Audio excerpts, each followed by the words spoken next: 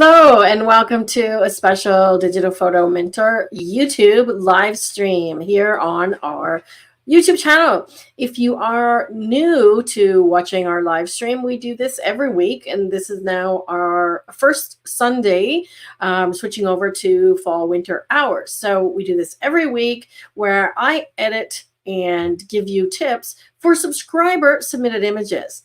We're going to be looking at a special topic today: cropping your images. So everything we talk about today is going to be not about how to crop your images, but why. Okay, so cropping is a really important aspect to master and to get right to add more impact to your images. So I've got several different reasons and things why you might want to crop. We'll talk about how much to crop, how much is too much, image quality, all those kinds of things. So before I get started, I just want to say hi to lots of our regulars who are here, and I see a few new names and faces. I wish I could see your faces, but I see a few names. Larry, welcome from North Carolina. Raleigh, been through there. Marguerite, Manfred, Aqua. Is that your first time joining us, Aqua? Says you're coming back. Awesome. Nancy, another regular. David, John, welcome. Haven't seen your name before. If it's the first time you're joining us, please remember to give this video a thumbs up if you're enjoying it, and subscribe to the channel so that you don't miss any other new videos coming out. Debbie, Jerry, lots of more regulars. Montana. What is your first name? Walker, WK Walker. Welcome from Montana. Tasmania. Wow, welcome, Andrew. We were hoping to pick up some Aussie, so thank you for joining in from down under. Sweden, excellent. Okay, we're picking up Europe now as well. Very nice. Brandon from Calgary, so not too far from us. Huntsville, Alabama. Welcome, excellent. Well, welcome to all of our new viewers if you haven't watched before. And if you are one of my email subscribers and you got my email that I just sent out, thanks for grabbing the link and joining in. So the first thing I want to do is I'm going to hop over into one of the editing programs here. And we're just going to I'm probably going to use Lightroom for the majority of what I'm doing today. And Luminar, I'm just going to show you how to crop. Okay, so the first thing I'm going to do is I'm just going to pick an image, something in my Luminar Neo course. So these are images that are provided to students when you buy my Luminar Neo course. Let me just find one that I may decide I want to do a crop on. I don't remember I cropped any of these. Okay, this one, for example. So this one has been, I've been heavily cropped on this one. So to find the cropping tool in Luminar Neo, you go to Edit, and it's up at the top by Layer Properties. Okay, just activate it. Oh, let me get my little cursor device on here. There we go. And I'll just clean up my top bar. Right, now you can see that this one here is actually been cropped quite a lot already. So if I undo the crop, okay, that's the original image. So it was quite far away, and I cropped to bring the subject, which is the birds, in closer. So that's one of the things we're going to be talking about today in terms of aspects of why to crop. I think that's a fairly obvious one, right? If you're too far away. So in Luminar, a couple of aspects, or a couple of things that you need to know about the cropping tool is when you evoke it, you'll see these grid lines in the rule of thirds. So you'll see the image divided into thirds vertically and horizontally, which matches the compositional rule of thirds. So you can use that to help you with your composition. Luminar also gives you a button here called Composition AI, and if you click it, it will suggest a cropping for you. Okay. And I actually find that it does a really nice job most of the time, and that I just have to move it around a little bit. In this case, though, I'm going to come in quite a bit more. Okay? I want to get rid of this white part at the bottom here and all the distractions. And I think I came in quite close to make these birds larger. Something like that. Right? And then you just hit enter to apply your crop. You can also just close the crop tool and it will do the same thing. If you want to rotate, there's a button to do that in Luminar, and I'll show you all the same things in Lightroom, right? You can also flip the image. We're going to talk about that. Generally, I'm not flipping upside down, but I flip side to side quite a bit. And again, we'll talk about why and when you might do that. And there's also an option for horizon alignment, in which Luminar will attempt to straighten the horizon. So in this case, it did a small adjustment, but you can always grab it on the corner. If you move your mouse, you'll see the little angled thing on the corner, and then when you click, you can adjust it. Okay. So let's say we do something like that, and that's our cropping. Okay. So that's cropping in Luminar. Let me hop over to Lightroom. Right. And I'm just going to pick any old image here. And we go into the develop module, okay, and I use the D keyboard shortcut. Rob's going to be sharing some links. So for those of you that are new, Rob is my husband and also webmaster for the website, and he will be putting some links in the chat for you if you're watching live. They will also appear in the comments or in the comment area below in the description of the video if you're watching the replay later, right? If you can't stay for the whole video, you can always pick it up and watch the rest of it later. So immediately following the live, this replay will be available for you to watch. Okay, so now we're in Lightroom. So Rob, if you could please share the shortcut for the Luminar Neo keyboard shortcut cheat sheet and also the link for the Lightroom one. Okay, so I'm going to be using those a lot today. All right, so now we're in Lightroom. To open the cropping tool in Lightroom, you just need to press here, or as I said, I like to use a lot of keyboard shortcuts, and you can see when I hover over it, it actually tells me the keyboard shortcut is R. So I just press R on my keyboard, and now we see the same thing that we saw in Luminar, the grid with the rule of thirds. Okay, so now we can crop the image however we want. If we want to crop into a different aspect ratio, we've got freeform. Oh, I didn't show you that in Luminar. We could do that as well.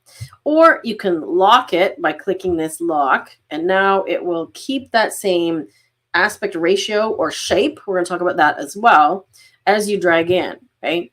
If you want to go freeform, and then you decide you want to lock it into something panoramic like this, but maybe you want to crop in a little bit.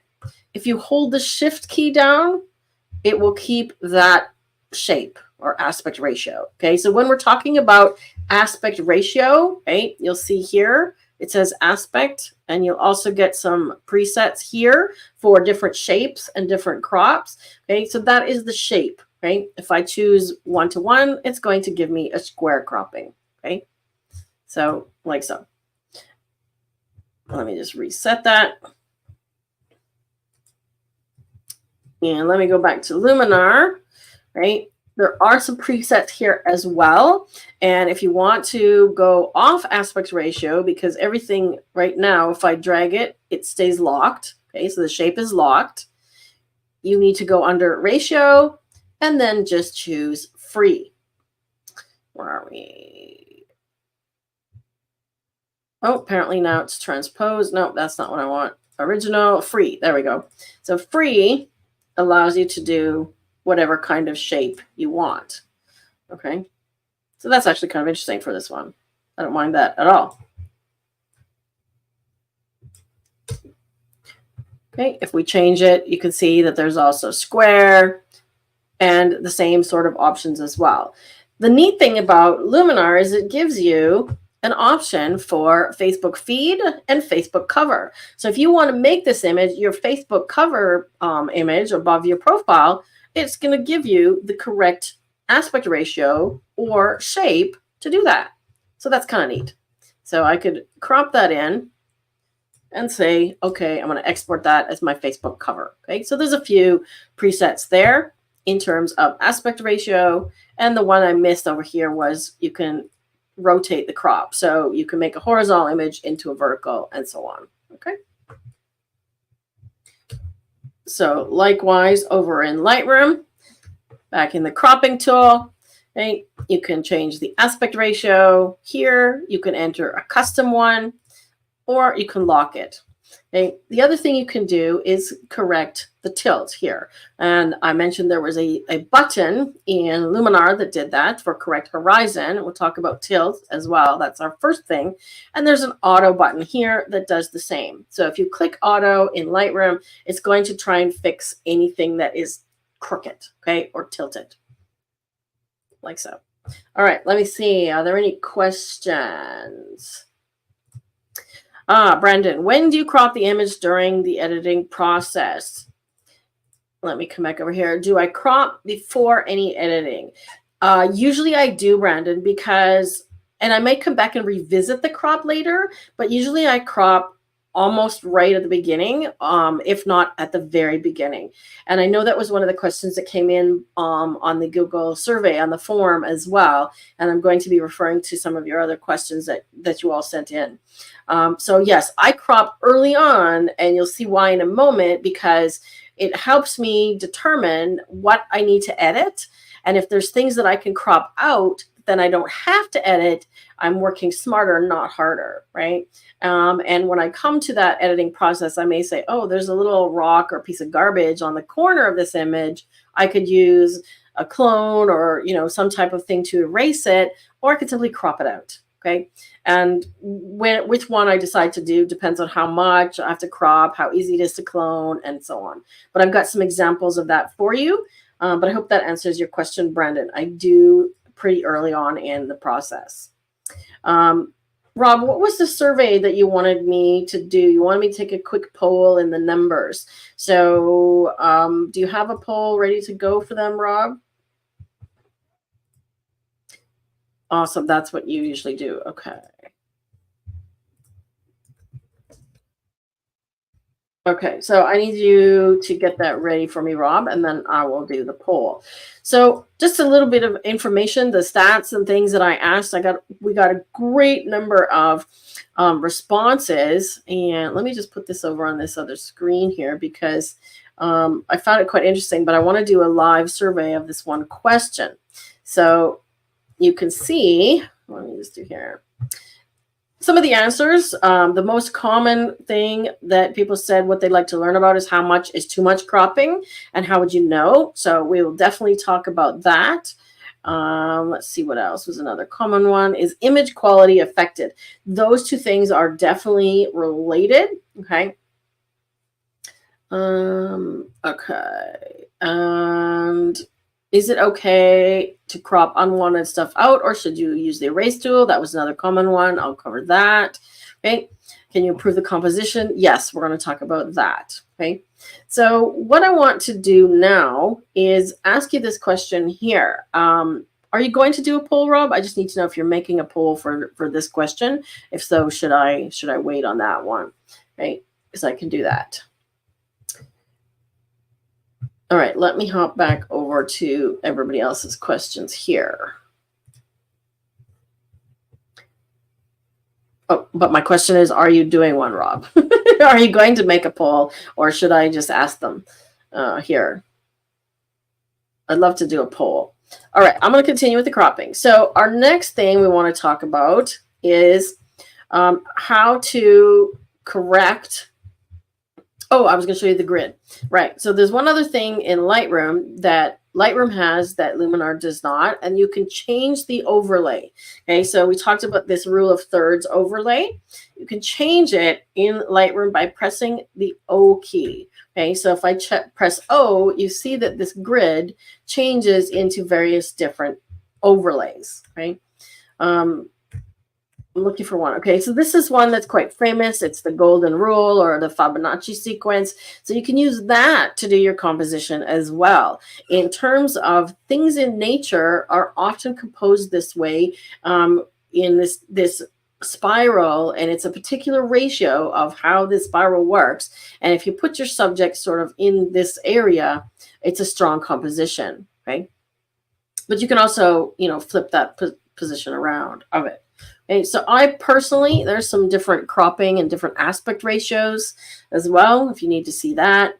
I personally usually just leave it on the grid, okay, or the rule of thirds. All right, so now let's talk about tilt, correcting a tilt. So I showed you really quickly that you can use the auto or the horizon, and use the horizon button in Luminar or this auto button here. So if I press auto, the program looks for a horizon, or it also looks for verticals if you have buildings, and it will do a correction. Okay, so that's one way to do a correction in Lightroom. Okay, Lightroom has more options. Okay, so I'm just going to undo that.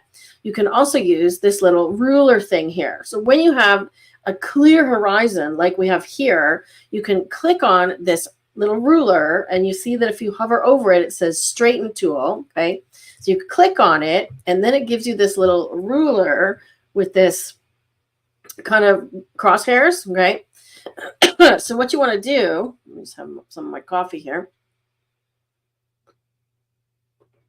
What you want to do is click on the horizon, put the crosshairs there, click and hold, and then you get this line. Okay, so draw the line. You notice the horizon is actually curved. Okay, draw the line as far as possible. You can even take it off the image. Okay, so get to the other edge and then drop.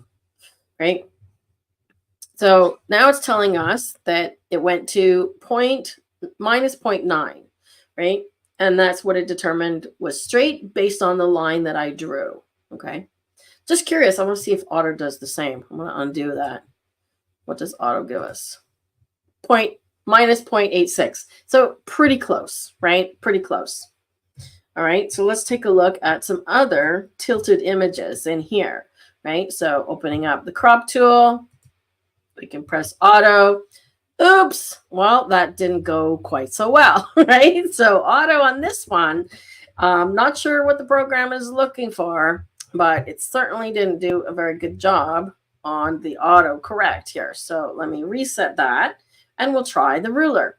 You can also just eyeball it, okay? So if there's nothing in your image that is particularly easy to use to level, you can eyeball it, and I'll show you that as well. So we're going to get the ruler. I'm going to start at the water here. And see how the longer the line you draw, the more accurate. So if I go to there, right, I might be not quite as accurate as if I go all the way down here. So I'm trying to line it up there, like so. And there's our straightened horizon, right? Let's try the next one. Oh, we did that one already. This one I'm going to come back to because we did something a little different, okay? So now this one, let's just see if we do auto on this one. I don't know if it's going to find the right things. Okay, can you see how it's probably looking for the light poles and things like that? Okay, so it has actually done a pretty good job of correcting the tilt, right? And on this one, I would just come in a little bit more to get rid of the guy's arm, right? So like so. So it looked for these poles here. It looks for anything that it would find that should be either perfectly, up and down or perfectly horizontal. Okay, what have I done here? Okay. Let me see. What order am I putting these in? Oh, yes. Okay. I'm just going to go back to filing. There we go. Let me see. Okay, here's another one that's pretty straightforward. Again, horizon. Okay, we can use auto. We can see it went to 1.52. We can try the angle instead. And I'm going to start at the water here and go there. 1.48. Again, pretty close, 1.46. Okay. If you want to eyeball it, same thing as I did in Luminar. If you move your mouse to the corner, you start to see this little sort of arrow with two, little corner thing with two arrows. If you click there and hold it, now you can rotate sort of arbitrarily and you get a smaller grid. Okay, so that just helps you line up the lines. So I'm looking at the horizon and how it compares to those little squares to do it visually. Okay, so that's what I mean by eyeballing it. Okay, here's another one that's got some things that are crooked. How is Lightroom going to do? It's looking for things like this door, but it gets tricked because there's also some perspective distortion happening here, which is why I wanted to come back to that other one. So I want to just eyeball this one to make it look a little bit straighter. And if you're going to go with something like this, always choose your verticals that are in the center of the image, especially if you've used a wide angle lens, okay?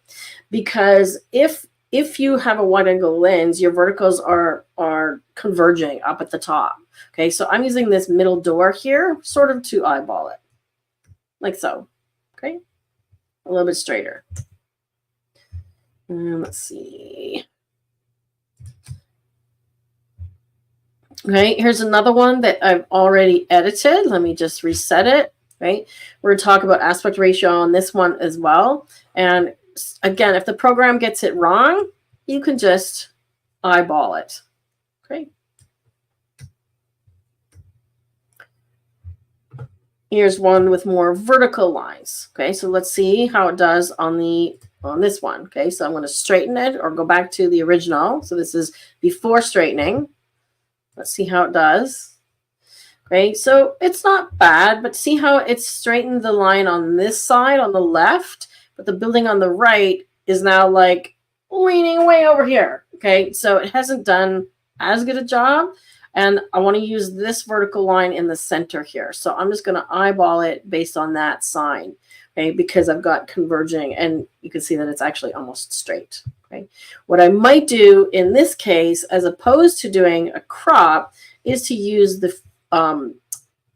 transform tools and correct the verticals so that the vertical lines are straighter. Okay, that's a whole other video. You can do that in Luminar as well. But then if I go back to the crop tool and try it now, okay, you can see that it's already straightened. Okay, so the transform tool can help you straighten your images as well as correct the perspective. And that's what I did on this other image of the girl on the motorbike. So let me go back to hers. Right, so here's the original. And you can see that the building is, because you're shooting up at a building, and let's see what lens it's 30mm lens, so wide angle will distort more. You get your converging lines happening. Okay, so what I did was I used the transform tool to correct it, right, a little bit this way, correct and straighten, and it also managed to crop out some things on the edge like these other vehicles. Right, I think I cloned one out too. Like so. We'll talk about getting rid of stuff on the edges as well.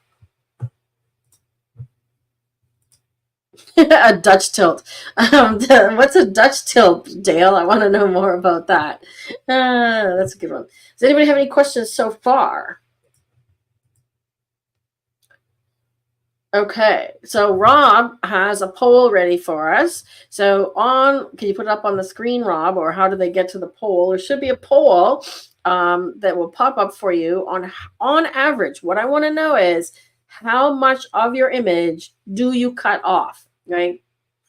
And I apologize if the wording on the survey form was a little ambiguous and not clear. So I don't want to know how many of your images you crop or what percentage of your image. I want to know in one image or on average across the board, do you find that you only crop your images a tiny little bit, or do you crop a lot off? Do you end up cropping a lot, right? Because what that will tell us is if your answer becomes, yes, I crop 50% all the time, right? You're losing a lot of image quality. And that was one of the questions that came up, okay?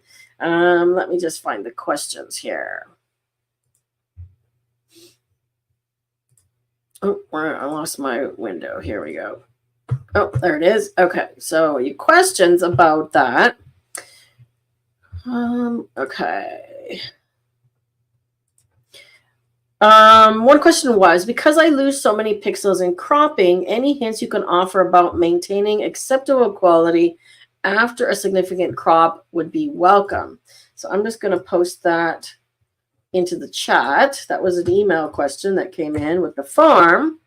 And the tip that I would give for that is that avoid it if possible. Okay, so number one, get closer when you're shooting, but that's not always possible. Get closer when you're doing your photography, get a longer lens. And if you find that you're consistently cropping 50% or more, then you either need to physically get closer to your subjects or you need to buy a longer lens. right? If you want to photograph wildlife or birds, and I've got some wildlife pictures that sometimes even with a 500 millimeter lens, you don't want to get closer to the bear, right? So, and you don't need or can't get a longer lens than that. So in that case, then you do need to crop. So maintaining acceptable quality after crop. Okay, so there is an upscale offer, or there is an upscale option here. I believe they added that in Lightroom. I honestly haven't used it, to be honest, but there is an upscale option in Photoshop. And there is also, if we go over here, because this one was cropped so significantly, right? If I export this, it's going to be small. But in Luminar Neo, there is an upscale option. And when you drag a photo in, you can upscale it 2 times, 4 times, or 6 times and have it apply the crop that you've done and upscale. So if you wanted to print, you'd be able to make it larger, right? And then you could print from that upscaled one, right? Give me a second here in Lightroom, because honestly, I haven't even used this one. Let's see. And I know that there is a brand new Lightroom out, and I have not updated today. There's Lightroom 13, and I haven't updated on purpose because I knew I was coming out live today. Let me come back to this one, because honestly, this is not a setting that I use very often or ever. I never upscale my images in Lightroom, but there is something to do that, I'm pretty sure. I will come back to that. Maybe I'm mistaken. Does somebody else know how to find it? Okay. Owen wants me to show the Fibonacci sequence again. Okay, so Fibonacci sequence in Lightroom, just open the crop tool. So I used R as the keyboard shortcut, and then O to cycle through the overlays until I got to that one. Okay. And I believe Shift O, yeah, Shift O flips it. Okay. So you can see I'm doing Shift O and it flips the sequence around. Okay. Let me get back to my regular one. There we go. Question. The amount that I crop depends on the image. It's quite variable. Totally makes sense, Linda. What I would suggest, though, is just pay attention to how much you're cropping, right? Is it certain subjects that you crop more than others? Is it with a particular lens that you crop more than others? So just pay attention to that. And if you find that there's a certain thing that's making you crop more, just think about, okay, maybe I need to take a longer lens with me when I'm out shooting that type of photography, or physically get closer. So just pay attention to it. Okay, let's see. Was there another question here? Catherine also asked about, is it necessary to crop first? Okay, so next question actually leads me into my next point here. So I'm going to put this question up on the screen. Okay, this was an email question on the farm. And this person asked, I crop for composition and don't necessarily rely on standard aspect ratios. Yes, me too. Okay, so let's talk about aspect ratios. I showed you how to find them in the cropping tools. Now let's talk about when we might want to go off aspect ratio. Okay, get back in here. Oh, the only other thing I did here was I straightened this one as well. So you can see I straightened and cropped in a little bit on this one. Okay, so aspect ratio, right? So aspect ratio, as I mentioned earlier, is the shape of your image, right? And some people get hung up on keeping the original aspect ratio, okay? I would suggest that, let me see who sent in that question, because that was a great comment. John sent that question in, or comment, I guess, as to using non-standard aspect ratios. Now, if you're going to print something, okay, these things kind of tie in together. If you're going to print something, you need to know how to crop it to fit that aspect ratio, okay? So let me show you both. All right, I'm going to use this one, for example, okay? So most of these images that I'm using today are ones that have been submitted for the Edit My Image Weekly, and they're subscriber images. So these are all images by you guys, people like you guys. All right. Some of them are mine. I'll let you know if they're mine. So this one here. So let's say, for example, I want to print an 8x10. Okay. So the original aspect ratio of most cameras is 2:3 or 2:3. Okay. 2:3. 4:6. Okay, so that does not equal 8x10. If you expand it, it will give you an 8x12 if you do the math. Okay, so if you just sent this image to the lab and you said, give me an 8x10, they're going to crop some of it off. Okay, so if you choose 4:5, 8x10 aspect ratio, that's what you're going to get. Okay, so unless when you're ordering, they give you an option of how do you crop it, the lab may crop for you automatically just in the middle like this, and you may not want that composition. Okay, so for example, this one I might want like that. So if you're ordering a particular size and that does not match the original aspect ratio of your image, be conscious of the fact that you need to alter it. Okay, or you might want to order an 8x12 instead and stick with the original aspect ratio. Okay. In this case, I actually went off ratio on this one and cropped in from the bottom. Okay, we're going to talk a little bit more about that later, but into more of a panorama. Okay, well, now it's a custom size or a custom shape. So can you order that from a photo lab? Usually you can. Depending on the photo lab, some will allow you to order something and have a white border around the edge. Okay, so it doesn't crop into the image. Okay, and some will automatically crop and zoom the image in to fit. So you need to check with the place where you're ordering, right? Because if you can do with the white border, you can always just trim that off or get a mat and a custom frame when you go to frame it. Okay. Let's see. Okay, so the results of our poll. I don't know if I can do that here. I'll just read it out loud. So how come there's more? So 43% said they cropped 0 to 10%. 43% said 15 to 30%. 10% said 35 to 50. And 3% cropped more than 50. Okay, so that's good. So you guys are not cropping a lot. So most of you are cropping less than 30%, which is good. Okay. If you crop, like I said, if you're cropping a whole bunch, you want to revisit how you're doing the actual photography and get closer. Right. So check with your lab or wherever you print your images to find out what happens if you want off aspect ratio images printed. Right. As for sharing online, I mean, anything goes. There are some small limits on Instagram. It won't show a panorama all that great, and it doesn't like it if you upload different aspect ratio images into one post. So for example, if you're going to do a panorama, do it as a single post on Instagram. Otherwise, Facebook, sharing, whatnot, the sky's the limit, whatever you want. Okay. Let's take a look at some other examples, right? So as mentioned, this one, previously I had cropped this one into a panorama. I'm just going to go back in here to my history. Okay, so I reset the crop. I'm just going to go back before I reset it and show you how I had cropped it. So I straightened it and went more panorama.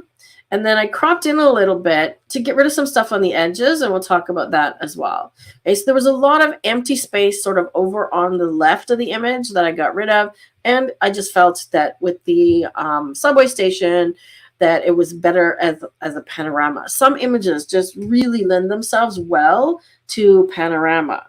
Okay. This one, for example, this one's more junk on the edges. This one is another one. Okay. So images like this, right? Again, lead themselves really well to panorama, right? So think about when you're cropping where the subject is, where the horizon is, and we'll talk about subject placement a little bit more as well. Okay. So on this one, oops, if I crop more into a panorama, I decided I wanted to keep more sky and less of this foreground, right? So that was a little bit more like so, and it just simplifies the image, okay? So cropping it can also lead to simplification, which is a good thing. Okay, so we're talking about getting rid of some junk as well. Let me see if there's another pano that would make sense here. Okay, here's one that worked great as a square. Okay, so here we have the dog. Let's try this one. We want to put him on Instagram. And this does two things, okay? We'll talk about this as my next point, which is getting rid of stuff on the edges. See, there's like a leash or something here and a post over here. So simply cropping this one into a square, and we could add like a little light vignette on this one, right? Make him into sort of a high-key portrait. And you've done a lot of work to get rid of some junk that otherwise you'd have to get rid of, cloning or other methods. Okay, so he works well as a square. Okay. Landscapes and things like this that are really elongated obviously work really well as panos. And when you get an image like this, okay, the horizon is literally in the center. So when we talk about subject placement, horizon is part of that. Okay, so when you have an image that is half sky and half water, the viewer doesn't know where to look. I mean, we're looking at the lighthouse because it's the brightest thing and it's colorful, right? But is there more emphasis on the sky or the water, and which do you want there to be more emphasis on, right? So let's just take a look at two options here, right? If I come in tight on this one, I'm going to come in a bit on this side too, just to put the lighthouse a bit off center, right? Let's take a look at that cropping, right? Now the water is more important. Can you see that? Or can you feel that? I crop by feel a lot of times. Okay? I think this one's crooked too. There we go. Okay, versus if we go the opposite way, here, let me just do a virtual copy. So a virtual copy in Lightroom is a really great way to be able to compare two edits or two different versions. This one I'm going to come in even more.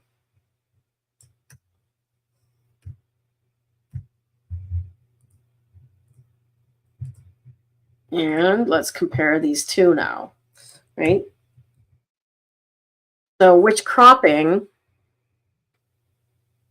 is better? Is one better than the other, or is it just different, right? Tell me left or right in the chat below. Which cropping do you prefer of this particular image? I got some couple of questions here. Hey, Anne. So which one do you like? Tell me in the chat, left or right? I have an inclination as to which one. A couple of votes for left. Left. Okay, and Barry says, I crop to improve composition as with wildlife. Sometimes you don't have much time to fiddle in the camera. Yeah, exactly. Or like I said, you can't get close enough to them, even with a long lens, right? Left, left, left. Left looks like it has more of a base. Okay, so Dale likes to be different and go right, as does Manfred, but looks like the majority is far and away on the left image. And keep in mind, this is not edited, right? So all I did here was crop it. I haven't edited the image, right? So again, neither is right or wrong. It's about what your intention is as the photographer and where you want us to look, right? So interesting exercise, right? So try that with your own images too. Try different crops, right? This one here with the water that we corrected the tilt earlier, okay, goes really well into pano as well, right? Now keep in mind, again, this leads me into my next point, which is getting rid of some stuff in the foreground and the edges, okay? So getting rid of stuff on the edges. So this one here, there's nothing on the edges. I always check the edges to get rid of stuff, but this one works well as a pano also because there's so much sand. This one kind of looks neat when you actually do it in thirds, maybe even just a little bit more sand. So you've got sort of a third of the sand, a third of the water, and a third of the sky, and it almost becomes more abstract about colors, right? Yeah, I like the wave on this one too, Manfred. Okay. Dale said on the last one, if the sky was more dramatic, you would go left. Well, the sky could be more dramatic. This one here, the sky absolutely could be more dramatic. How's that? There's a spot right there. We'll fix that. And the whole thing's a little bit blue, so I would warm it up a little bit. More dramatic. Is that better, Dale? Right? Keep in mind, like I said, this is totally unedited, so of course I can make the sky more dramatic, right? And I could also do a sky replacement as well. Okay. Let's see. I'm going to come back to this one. This is another one. This is an image that I shot in Venice, Italy, and we're talking about this one in terms of intentional composition as well. So my original, the full image looks like that, right? And I chose to crop some of the top off because I didn't think it added anything to the image, and I really liked sort of this expanse. Like I wanted it to feel expansive and wide, right? But let's take a look and see if I at least show the top of this archway, right? That works as well. But I liked it cropped long and narrow to have this more expanse feeling. And then I actually added a texture overlay and some bokeh. So both of those are from my overlay packs that you can find on the website. Maybe you can link to those as well, Rob. Right? So we have texture overlays and bokeh overlays that I've added using, you have to add those in Photoshop or Luminar. You can't add them in Lightroom because Lightroom doesn't do layers, right? Okay, so those are some examples of off aspect ratio. So the next thing I want to talk about is, where are we? Removing junk from the edges. Okay, so let's see. Yes, okay, so we did that with the dog simply by cropping it into a square, right? But take a look at some of these, right? I'm just going to go through these fairly quickly, right? So this one here, again, works well as a pano, but see how this thing at the bottom was sort of distracting? So I just cropped it out, and it simplified the image, right? And then I'm going to borrow from one of my next tips is I cropped in a little bit on that side just to put the bird off center, right? So I'm combining some of my tips here, right? Lee says, can I do a golden ratio overlay that you can purchase? Honestly, you could probably find that online, Lee, if you just Google it. So how would you use that? Like you want to put it over top of your images, or you want to just use it on your camera? I'm not sure how you would use that, to be honest.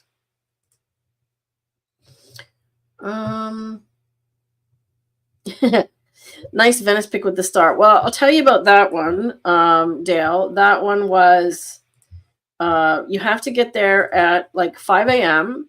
And beside me is literally 20 other photographers. So you have to vie for the spot when the sun comes up and comes through the archway. And of course, I'm using a small aperture to get the star. But we're literally all in a row. So as the sun moves gradually across the square, we're all getting our shot. So it was like, I felt like a hockey match was going to break out. Sorry, Canadian joke. Use it to do a better crop. So the golden ratio. Honestly, Lee, you could just start with the rule of thirds and try practicing with that, because your camera should have that. And some cameras actually will have the golden or the Fibonacci sequence overlay on your camera as well. Joe is late to the party, but here you are. So welcome, welcome, welcome. We're probably going to be going long today because I got lots of tips for you guys, right? So removing stuff from the edges is what we're talking about now. And I'm going to go and talk about this one. Okay, here's an image that is really typical of, when we're traveling, right? Taking out this car window. And I did a bunch like that recently. We just went to BC. So we do an autocorrect. Obviously, that's not going to work. So I'm going to just do, it looks pretty straight. See, it's being tricked by it thinks that the lake is a horizon. But I'm just going to crop in to get rid of that window and the mirror.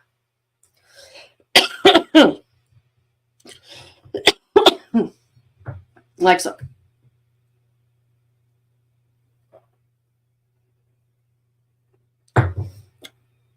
So that's one that I would not try to start cloning out stuff.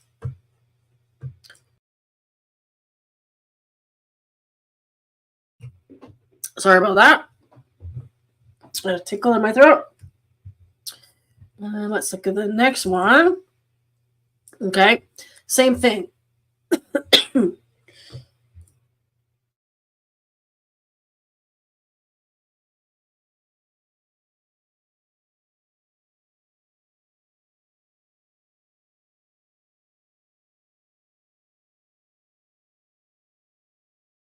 Oh, can you see my face is all red now?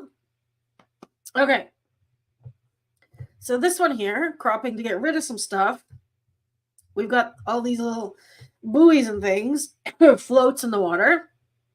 So literally, I'll just come in to get rid of them. Okay, these ones I would leave, but look at how much simpler that is without all the stuff on the edges. So one thing I really talk about a lot is pay close attention to the edges of your image, okay? And we haven't talked about looking at your image upside down yet, which we can do too. Okay, so pay attention to the edges. Let's see what else is on the edge. Okay, so here's another one. It was a beautiful image submitted for the live edits. This is Deb's image. It's Deb here today. This is probably Alaska because she's up in Alaska. Okay, so this one here, that's the original crop. And all I did for this one was come in a little bit. And I actually I think I came in a little bit more to get rid of that blue part of the sky, right? And the reason I got rid of the blue is that your eye is drawn to 4 different things in an image, right? Your eye is drawn. Let me change this here. I've got a little thing for you. There we go. So your eye is drawn to these 4 things: brightness, sharpness, color, and contrast. Right? So the green has color, but your eye is drawn to the sharp mountains, the contrasty mountains, and then there was that bright blue up in the corner. So I got rid of the blue because the eye was being drawn there. Okay? See the difference? Just that little bit of blue there, right? And I think if I was to do it again, I might even just stick with it as a pano, like so, like that. Okay. So things on the edges. Let's see what else is on the edge. Here's another example. Okay, this is a great image by Karen. So we talked about birds and things, but this little stick on the edge, I would just crop in. Okay, so I would just come in enough, and then we start to get like little things at the edge here. So maybe let's cut in a bit more. Now I don't like this thing on this edge. So can you see? As I start coming in, I'm holding the shift key to get rid of that. Okay, well, now there's a stick here that I don't like. So I keep going to get rid of that. Well, now there's a stick here that I don't like. Okay, so I'm just going to go a little more panorama or come in a little bit more. So now I'm coming in quite a bit and simplifying, okay? So see how we got rid of all of that stuff on the edge? And I love the balance in this image between the bird and this tree stick, this branch, right? But getting rid of those little things on the edges is the difference between a good image and a great image, okay? Okay, same with this one. So the house placement is really nice, you know, bottom thirds. It's almost a little too far out of the image. But what I found was that there was all these stripes of color, right? And then the house to break it up, which is really great. But then there was like more stripes down here. So what I did was I went a little more pano on it to get rid of the green at the bottom. And you see how that simplifies it? Now it simplifies it, and your eye comes from the hill down into the house. Okay, so pay attention to the edges. That's the biggest thing I can't even begin to tell you. Okay. Okay, another really cool image, right? What have we got on the edges up here? We've got a little bit of the original sticks. So I'm going to crop that out so we only have the reflection, and then go off aspect ratio again, a little more pano. Cool image, right? Okay, that's by Marty. Don't know if Marty's here today, but I'm just cleaning up the edges of all these images. Okay, what about this one? This one is actually a really nice composition. It's very tight on the deer, right? So what I'm thinking is, remember, this is a good one to do upside down, actually. Let me do this one upside down. Okay, let's look at this image upside down. And I'm going to get myself off the screen here. And what I want you to do is tell me, where does your eye go, right? When you're looking at this image upside down, which things or which areas grab your attention? Tell me in the chat. I'll wait, okay? Does your eye go to the deer? Does it go somewhere else? Also, if you stand back a little bit and squint your eyes at it, kind of, I'm demonstrating, but I'm not on the screen right now.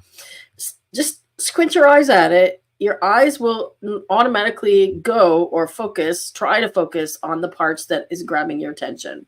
Okay, so let me see what everybody's thinking here. Oops. Okay, let's see. The horns, the yellow flowers, the bright spot, the deer horns, the white stick behind the deer, and the white rocks. Yeah, exactly. Okay, the white reflection, the flowers on the right, bright water. Okay, so there's lots of bright spots that are grabbing our attention, right? The deer buck hotspot. Okay, so now let's come back over here, right? And to turn this upside down on Lightroom, it's Command square bracket, and you just keep going, right? And on Lightroom, on Luminar, there's there's a rotate image button, right? So to crop, I'm going to get rid of this yellow flower behind the deer, like so. Now this rock is something that I would probably clone out, but look at just that tiny little bit of cropping. I'm getting rid of, let me get myself off of here. I'm getting rid of this corner, right? White spot and these yellow flowers. Okay, so if I crop like this now, it's much more simplified. And the other things I would use some editing to fix, okay? But the point of looking at your image upside down is to help you crop, but then also determine what you're going to edit, okay? So I know already I'm going to do the background and darken the background like so, okay? And I would probably even come in here and darken these rocks. Okay. So I'll show you how I did that real quick, because I created myself a little preset in Lightroom to automatically mask the subject in the background. And all I did was just to select them, okay? And then saved it as a preset. Okay, so is that better? How's that? Oops. Okay. Okay, so then once you've looked at the image upside down, crop out what you can and use that other information to decide and target your editing, like I've done here. Okay. So that's why crop first. Beautiful image though, right? Okay, here's a couple of people examples, and I've got some specifically for people. I don't know if Holly is here today or not. I think there was a question. I love that, Joe. Checking all the edges is border patrol. I love that. I love it. Make a t-shirt. I love it. Did I miss a question? Okay, so Nancy said, does pano mean 16 by 9? No, not necessarily. Pano could be 2 by 1, right? So panorama just means narrower. So you could have a vertical pano as well. It just means longer and narrower, or taller and narrower than the usual aspect ratio. Does cropping jeopardize the image quality? Yes, it does. Okay. So I'm going to come up to that one in a moment. I've got a perfect example for you, but I'll come back to this one, Sabra. So the short answer is yes, it does. Okay. Now, with a person, I want to talk about editing and cropping of this kind of image. I've purposely lightened the background a little bit just so that you could see that she's against the wall and you could see sort of the edge of the wall there, right? When you are cropping with a person, you want to be careful not to cut off limbs at the joints and in awkward places, and you don't want to cut off toes, feet, and fingers. I'll show you some examples of that, okay? But on this one, because we've got this sort of edge here, or these, it's like the wall meets the floor, I want to crop in to get rid of that, okay? So I'm going to come up to there, and that is typically a more what's called a 3/4 length portrait, right? Cropping mid-calf is a little bit uncomfortable, okay? So come in more into the body, and then I would just balance it a little bit off this side. But cropping mid-leg is a little bit unusual, generally above the knee, okay?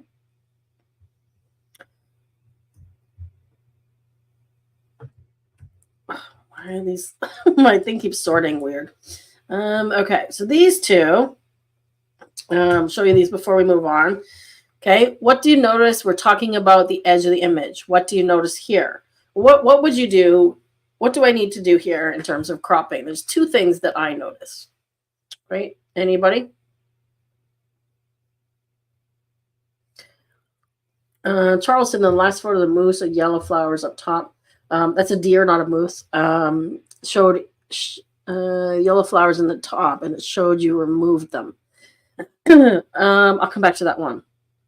Anybody idea what would I crop here? The white side on the right. 3 people are saying the right side. Yes. And it's also a little crooked, right? So let's try auto to see if it straightens. Not so much. I'm going to straighten it just a little bit and then come in to get rid of the white. Absolutely. Right? So I don't like to have what I call captured bright areas on the edges of the image. Okay, so when we get rid of that white, okay, because light areas draw your eye, remember? So you don't want light areas, bright areas captured in spots on the edge. See how that simplifies it? Your eye goes more to him. Okay. Okay, what's happening here? Same thing. Okay, if I left it like this at the original cropping, where does your eye go? We can look at it upside down, and I can guarantee your eye's going to go to that left spot over there, right? So let's crop it. And I think I just sort of went free form like I do on most of my images because I didn't want to come into her arm. And then I didn't want that black spot. So I think I probably came to about something like that. I think that's kind of a crop that I did on her, right? And it looks a little bit crooked. So again, I'm going to be looking at these lines in the middle here, trying to straighten it a little bit. That looks a little better, like so. Okay, but keep in mind that your eye is going to go to that bright spot every time. Okay, so edge of the image. Let me come back to some other questions. Okay, let's see.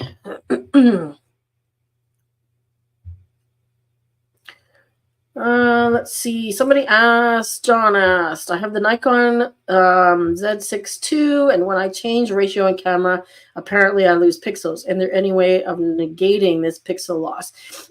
No. If your camera has the option to change the aspect ratio, always keep it full because you can crop later in the computer like I'm doing, but when you crop in camera like that, you're losing the pixels and you don't have the option of getting them back. Okay. So don't crop in camera. Let's see. I don't know about for Canada and the US. This is from Neo. But here in the UK, a lot of people use A3 sizing for competition. If one crops down the photo, would it be an advantage to possibly upscale it? And what other tools would you use? As I mentioned, yes, upscaling if you crop down a lot, okay? But just changing the aspect ratio, you don't need to upscale, okay? Okay, here's a question. Can you make a person look thinner by cropping? No, you can't. You can squish the image, but then you're squishing the whole image, and that's not the way that photo editing, works. You'd have to do that in Photoshop, because cropping literally is like cutting a piece off. Okay.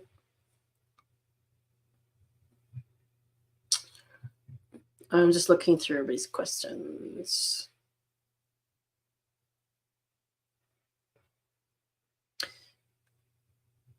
Okay, so Isla said, is it better to expand your composition with an eye towards cropping, or work until you get what you want? And in terms of in camera, I would say a little bit of both. Start to think about, like I said, if you're already always cropping your images 30 to 50%, then you want to start to think about, okay, I need to get closer, right? But if doing these little things because an image is crooked or, something on the edge, not a big deal. I wouldn't worry about it. I would just say pay attention to if you are consistently cropping a lot.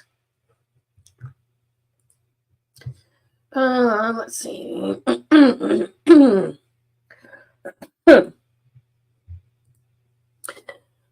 When I crop in camera with my Fuji, it still saves the whole image. So it's making you a second image then, Jerry? I have the same camera. So you're not actually cropping in camera, you're just making a new image. So yeah.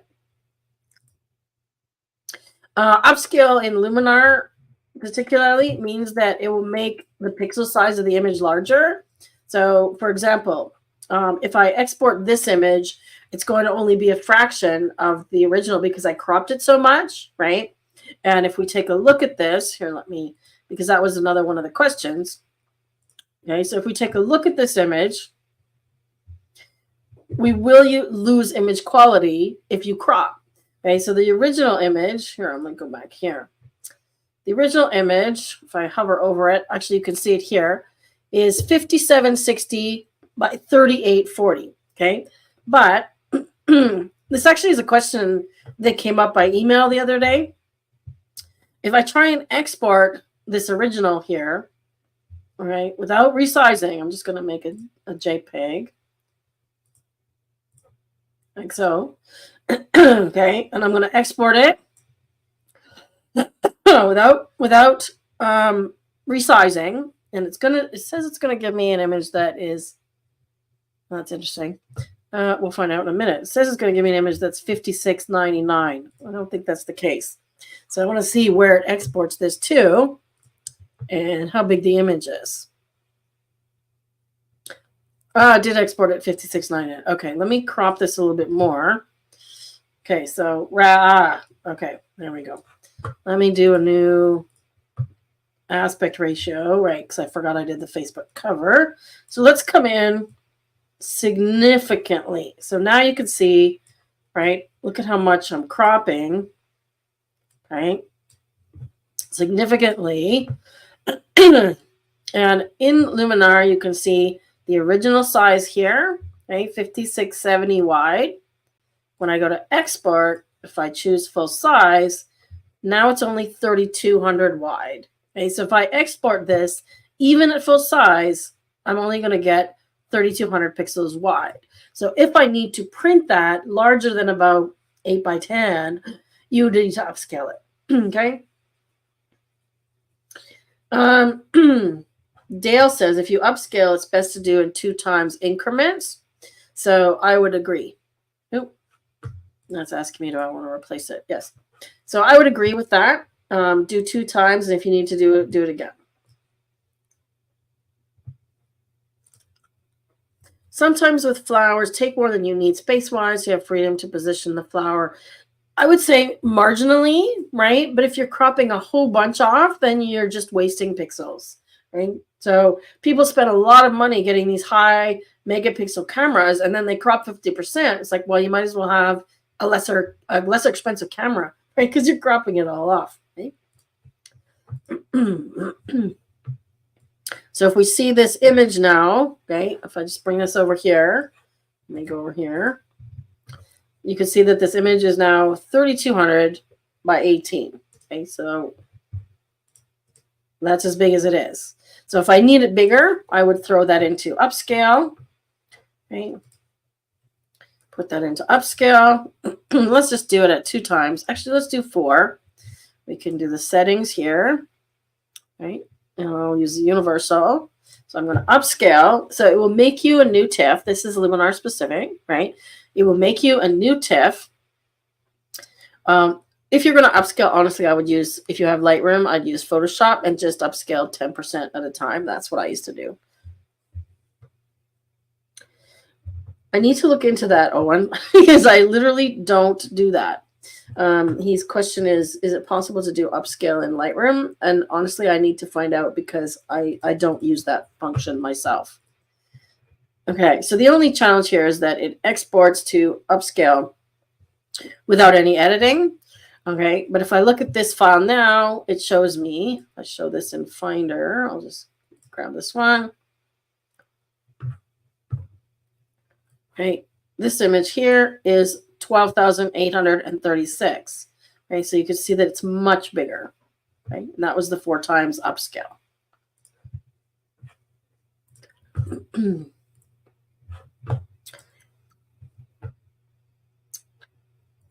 Topaz, yes, Topaz has gigapixel, or they used to. I'm not even sure if that exists anymore. But Topaz does do a good upscale as well, or an upsize also.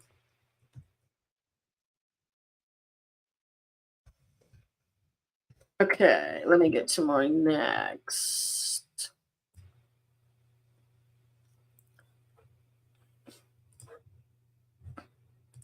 My next point here.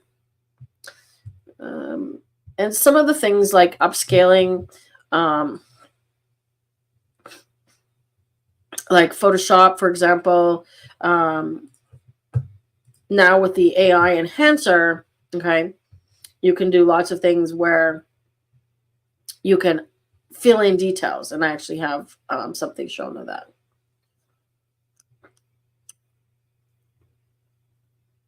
Okay, let's just see if we have the Lightroom option. Okay, so if I go in here, let's say I want to make this one larger.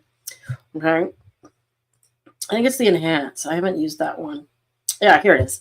Okay, so here's the Lightroom version. Okay, under Photo, Enhance, and it should give us a larger file or allow us to do super resolution. Okay, which is making it larger. But I don't have that one. So interesting.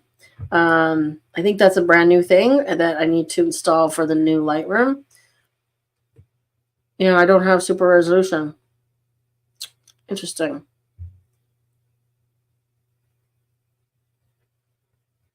It will not let me turn on super resolution. Oh, there we go. Okay, so now, like I said, I don't use this one, right? Without enhance with. So you can see that it is enhancing. And if I use that, it's going to improve the quality. But I don't know that it actually makes it larger. It's just doing an enhance. Okay? Let's see what that does. So it's applying super resolution is what it's called. And that's under the Photo Enhance menu in Lightroom. I turned off the noise reduction, and then the option was there. So I couldn't turn it on either one, but once you turn off noise reduction, it showed up. So David says, I found the upscale in Topaz Photo AI is not as good as the old gigapixel. Yeah, I wondered about that. And now they're basically getting rid of all of the other plugins, I believe, as well, and everything is going into Photo AI. So I'm not up to date on my Topaz products because I'm not using them as much. So let's take a look at this one here. So this one says it's enhanced. And it is indeed larger. Okay, so this one here is, if I just look at the image, we'll get the info. I don't have the pixel size. Okay, so the pixel size on this one is 5472, the original size mostly. And this one is 10,000. So it upsized it times 2. Okay, so the enhance on Lightroom here, Photo Enhance, will do the upscale, okay, 2 times. But I haven't compared them, so I couldn't tell you which one is better. Okay. Let's move on to the next thing. Okay, so this one, We talked about removing bright spots on the edges and things. Oh, I like that. I like that border patrol. That's great. I think that was Joe. So bring the subject closer. Okay, is another big one that's really common as to why to crop. Right. So bringing the subject closer. I already talked about this one. A few of these we did. Let me find one that I haven't done yet. Okay, so this one we've corrected the tilt, right?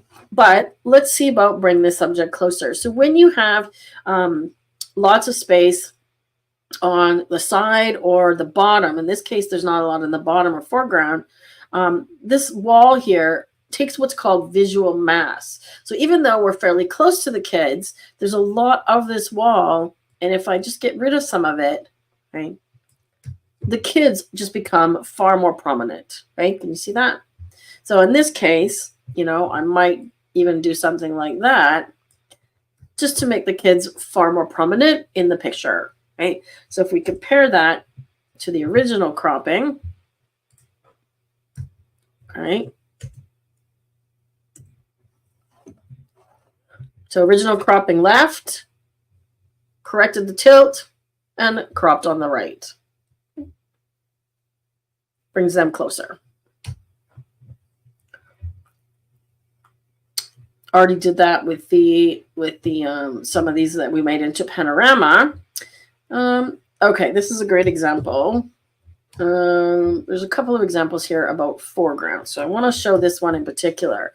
So we talked about removing things from the edges. Okay, I want to go full image on this one.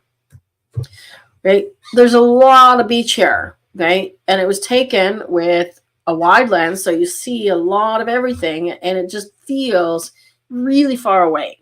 So the more foreground you have in your image, okay, the more space in front of the subject, the further away they feel, right? So let's see if we can fix this one or bring it closer, okay? So cropping, let's straighten first of all, okay? Is that straight? See, it's not getting it right.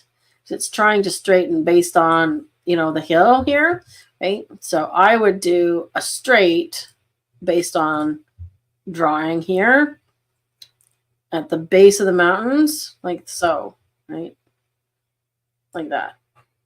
Then I'm going to come in and get rid of most of this beach. So unless the beach is the subject, because right now it takes up a third, 2/3 of the image, right? So unless this beach is the subject, it needs to go, right? And this one, again, plays really well into panorama. So this is more of a panorama. And these kinds of things you can also do a stitched panel, right? So cropping on a stitched panel, cropping on a stitched image applies as well. Okay? So something more like that. And honestly, I would probably come in even closer and get rid of a lot of the beach and just do something like that. But it still feels really far away, right? So getting rid of that foreground helps with that. Right? Same thing I did here with the combine, right? I got rid of the foreground. The other thing is that the foreground is stripy, right? So the stripes take your attention away, right? That pattern. Remember the 4 things? Contrast. I might even do less sky or come right down into the edge of the wheat there. Something like that. Okay. We're also going to talk about getting the subject off center because right now the combine is smack in the middle. Okay, so that's my next point, but I'm going to do that one here for now.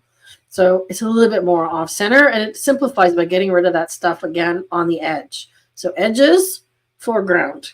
Edges, foreground.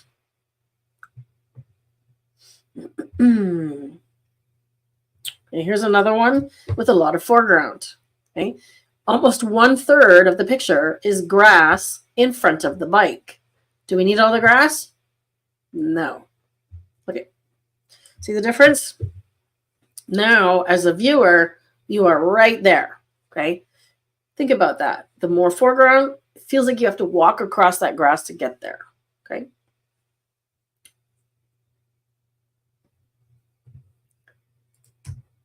Let's see. There's another example in here. Right. So here's another one. Okay, so once again, this also in the center, but lots of foreground. So we can get rid of some of the foreground. Okay, I know exactly where this is. Clearly, this is India because there's cows everywhere. But what I like about this image is sort of that juxtaposition between the cow and this bulldozer backhoe. Okay, so I'm going to come in to bring the cow off center. Okay, we're using our rule of thirds. Get rid of some of this space below and all that space there. Again, all empty. Okay, so getting rid of that space brings us closer to the cow. Remember, not edited, so there's lots you can do with this to edit the picture, right? But a couple of quick clicks and a vignette. Look where we are. Now, what do we got over on this edge, right? Remember we talked about looking at the edges, right? We got a garbage can with a sign. So let's get rid of it. See how simplified? Now I want less space even. Right? Brings the subject closer. Another one with the ducks. Okay, beautiful image. I've edited this one already. Image of Brandon's. Duck is fairly much in the middle. Okay, you want to leave space in front of a moving subject, okay, or a subject that's looking a particular way. But then we've also got this little, wake behind him. Okay, so we don't want to get rid of that. But you make a decision with this kind of image. Do you want all this top stuff? Right? We could come in a little bit here. You still got space in front of them. Or do we want like that? Okay, I kind of like this. It's balanced. And I might even put more space in front of him. So he's got room to move. Okay. Bringing the subject closer.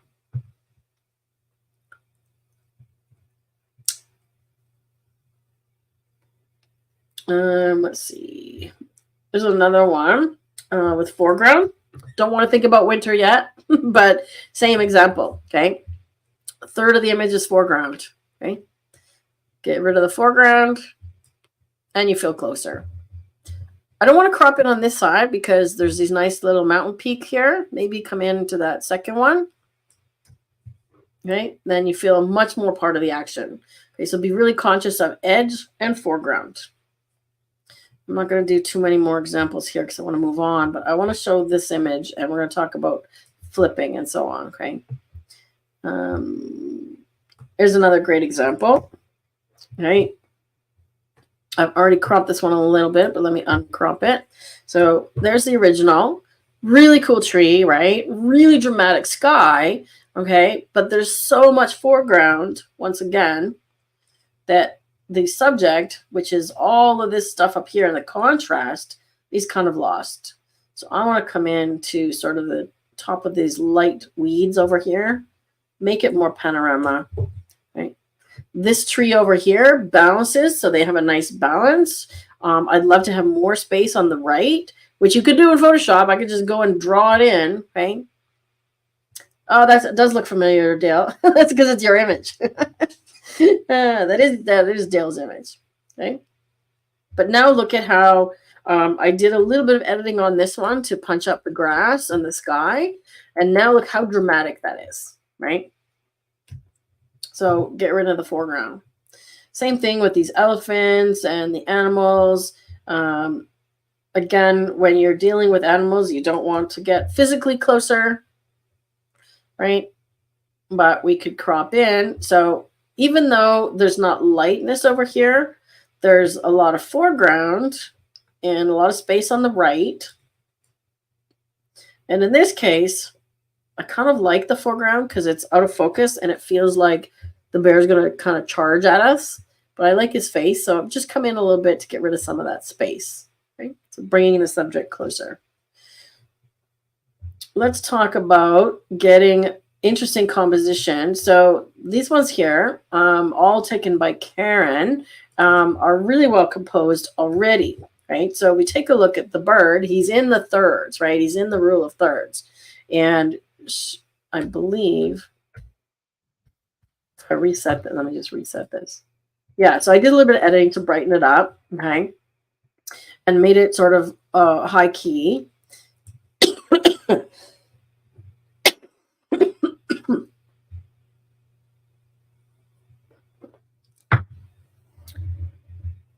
Before I continue with the next one, I just want to make a little commercial, if you will, that we do this every week, right?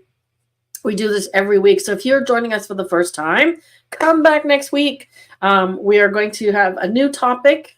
We've had previous topics such as landscape and macro and sunsets and pets. Maybe we'll do pets, people photography. So I usually edit on a particular theme. Today we happen to be doing cropping. So come back next week and bring 2 friends. Okay. So make sure that you bookmark youtube.com/digital photo mentor /live. Let me see if I actually have a link of that. Yes, I do.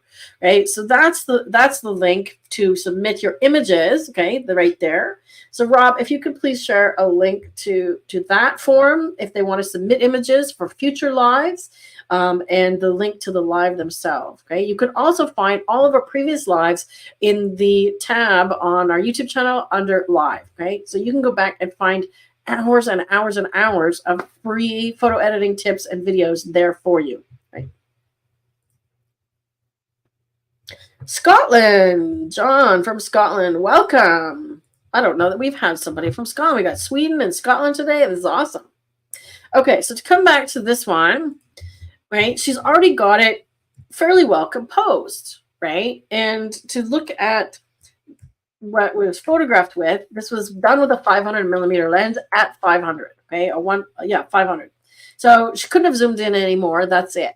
Okay, but I played around with this and just see, okay, what can we do with this, right? There's a lot of negative space here, and you could certainly go with that, or you could decide you want to bring the bird a little bit closer. Okay, again, keeping space around the bird, and I almost want to get rid of this foreground again, because once again, I feel like I'm really far away.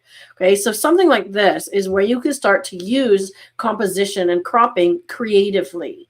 Okay, so we could even try something completely different, and go like this, right? We could go into a square and have more space like that. So get really creative on images like this and think outside the box. Literally. Let me see. Is there another one I wanted to show?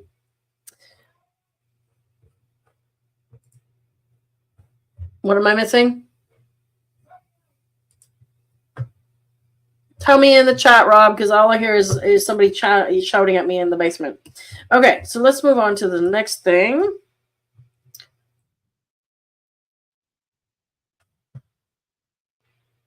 Alan, thanks so much, Alan. That's nice of you to say. I'm glad you were enjoying it. Oh, changing my layout. He's yelling at me to change my layout. There we go. Sorry about that. Okay, moving on. Remember I said looking at the subject, give it space to look, give the subject space to look, right? So the dog, he's looking this way, but sometimes you want to break that rule, right? Because there's a lot of space over there. And I think that's just a nicer composition, simplifies, right? So you can break the rule of space behind the subject, okay? Because technically he's looking that way, right? Let me see if I missed anything here. Okay, moving on. Okay, so I've already done some of this in getting the subject off center, but I want to take some of these a little bit farther. All right, so some of these are already really great images, or they are really great images, right? This is eagle here, but he's right in the middle. So what have we already talked about? Lots of foreground, right? And space in front of him. So this time, I'm going to keep the aspect ratio by holding the shift key. I'm just going to come in a little tighter. So I'm going to come into about there, and then just give him a little bit of space, okay? So I'm going to try this one first, okay? And am I happy with that? Let's just do a vignette. Or do we want to try something different? Okay, so this is where Lightroom has an advantage over Luminar, is I can do a virtual copy. And you can do that by doing Command apostrophe. Okay, so now I can make a virtual copy and try a different crop. So this time I'm going to go a little bit more pano.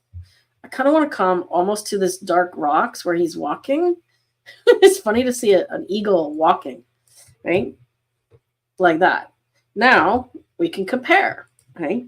To do a side-by-side comparison, choose them in grid mode, click C on your keyboard, and then I just used the tabs to get rid of all the stuff, okay, on the sides.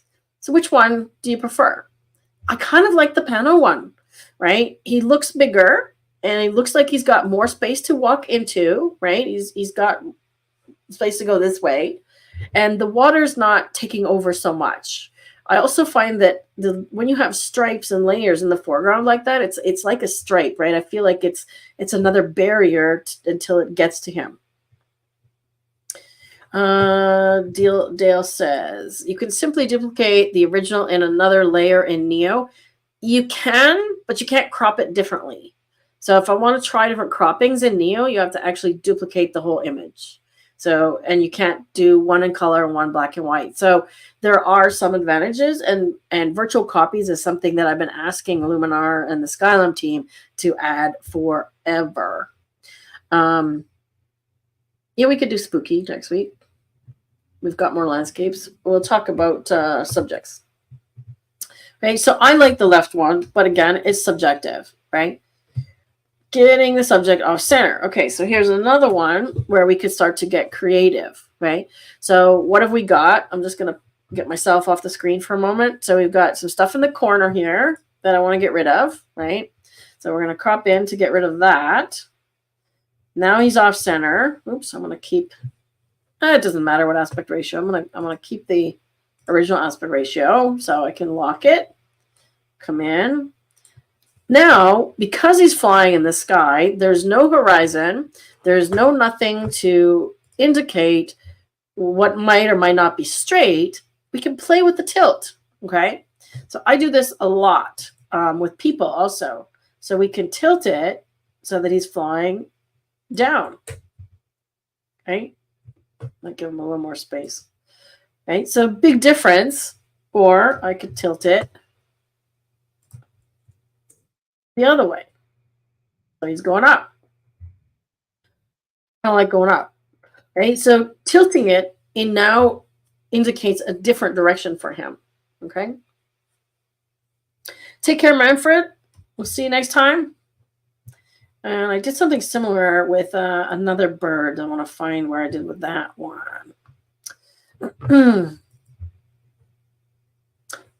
This is another cow. We got into a big discussion on cow, steer, whatever. Heifer, don't know what it is. It's a bovine, okay? So it's a bovine. And this was the original. I think this was one of Holly's, actually. Nope, Kelly's. And we got into discussion about what it was. But in terms of composition, I believe this is the, oops. I believe this is the original composition, right? It hasn't been cropped at all. Right. So even though the cow is the body is facing this way, the head's facing back the other way. So I put more space to the right, and this was the correct. I think she did a great job composing it. Right. We could probably even push a little more space to the right. And what I did was I took it into Photoshop, did a sky replacement using Luminar, and then actually added space to the right using the new Photoshop AI, right? So if we look at the two, you can do all kinds of neat things. And these are tools that are coming from Luminar Neo as well, where it's going to be AI generative things built into Luminar also. Okay, so I literally wanted more space on that side of the cow and sky, and we did all of that. I believe I did show that on a previous one. Yes, I think it was on animals. So share the animals live stream because I did show that one live. Right. Sometimes the crop doesn't need to be a lot to get the subject off center, right? This is a really pretty image, really pretty bird, right? But let's just come in a little bit. And I want to keep the edge of these little tufts here. But I want this bird kind of a bit more off center, like so. And when you're talking about rule of thirds, okay, anytime you have something that hits this lower right third, that's what's called like the power spot, the power point. And if you can get your subject into that spot, it's a really great compositional tool to think about. Okay, so now look at my edges. Right, now that I've cropped, I've got that little funny thing over on the edge here. Okay, so in this case, I might choose to clone these out or use the erase tool because it's just that one. Okay. Missed another one. There's a little trick. If you need to move your thing over top, just click somewhere else and then move the cloning afterwards. Right, so see the difference in the crop, right? Now this arch kind of comes over, and I would do a little bit more editing to get this bird to be more of the subject. I'm doing this really quickly just to show you, right? So I'm darkening the edges and the highlights, right? So your eye goes to the bird. Right? Like so. And just to get him off center. I cropped this one in a recent landscape editing one. Same thing here. The waterfall is right in the middle, and this big black part of the rock wall is so dark, there's almost no detail. We brought some detail out with editing, but I want to come in so it's not so dominant. Okay, so I came in somewhere around like that. Okay, so now you can see that the waterfall is way more prominent than that big dark area. And let's see if I can look at my history, how close I get here.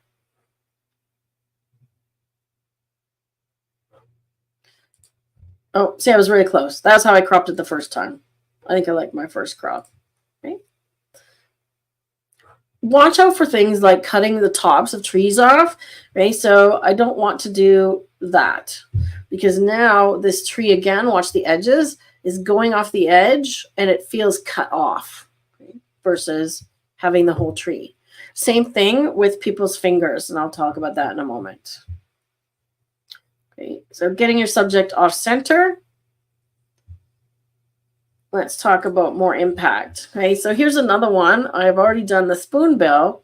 Here's another bird where I did exactly the same thing. Okay, so this is a seagull that I photographed years ago, and I've tilted and cropped this one numerous different ways, but I usually do it something like this, so that, you know, he's kind of at an angle as opposed to straight, and he's got a direction to fly to. Right, if I want him to go up, right, I can have them go the other way. Okay, so images like this, especially when you just have sky, right, I can work with something really different. It makes it more dynamic. Okay, so if we look at the original, I'll just do an uncropped version again. Right, you see the difference? Okay, so not only is he bigger and more prominent because I cropped in, but it's just more dynamic, right? Straight in the middle, boring, right? Cropping for impact. Here's another one. Okay, these are my images. So this is something I photographed in New York when I was there one time. This is literally just outside the window of my Airbnb, and I like the light skimming across the wall there and that green plants. But it was really busy. You want to see how much busyness there is. Okay, so by cropping in and getting really tight on the part that grabbed my attention, which was the texture on that brick wall and the green leaves and the plants, see how much more impact this image has. Right? So think about that in terms of impact. Okay, this image is another one that I've cropped.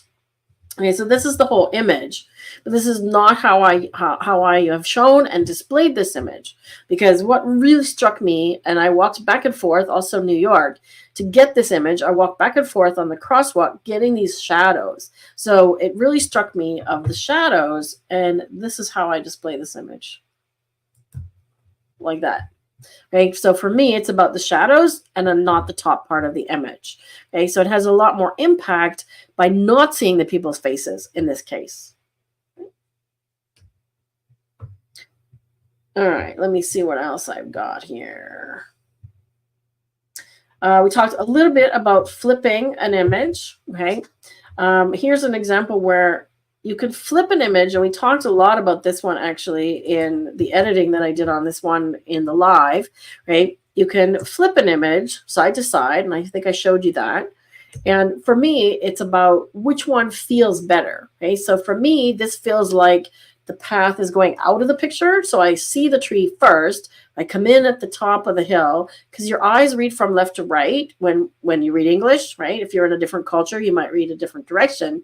But you go left to right, and now you follow that path, and you go zip out the image. Okay, versus this way, if we're going left to right, now you're going up the hill. So now the hill feels like you're going up, and you end up at the tree, which is interesting, right? So it keeps your eye there.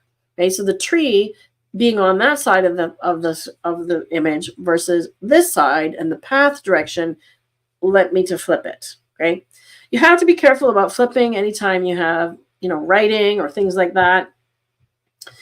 Let's take a look at another example, right? I actually don't even remember which is the original. Oh, I think it's the right one, right? So take a look at this one that has been flipped. Now, if you're a landscape photographer and this is a famous scene, right, you can't clip it because people will recognize it and go, well, something's wrong with that scene, right? Which image here do you prefer, right? Left or right? Left or right? So the waterfall on the left faces left and flows to the right. So does that mean it's flowing out of the image, or is the little stuff in the foreground enough to keep you in? Or do you prefer the right image where the water actually leads you to the waterfall? So you're almost going upstream, right? Does that make sense? Because there's water flowing down in the foreground as well. It's kind of an interesting image, right?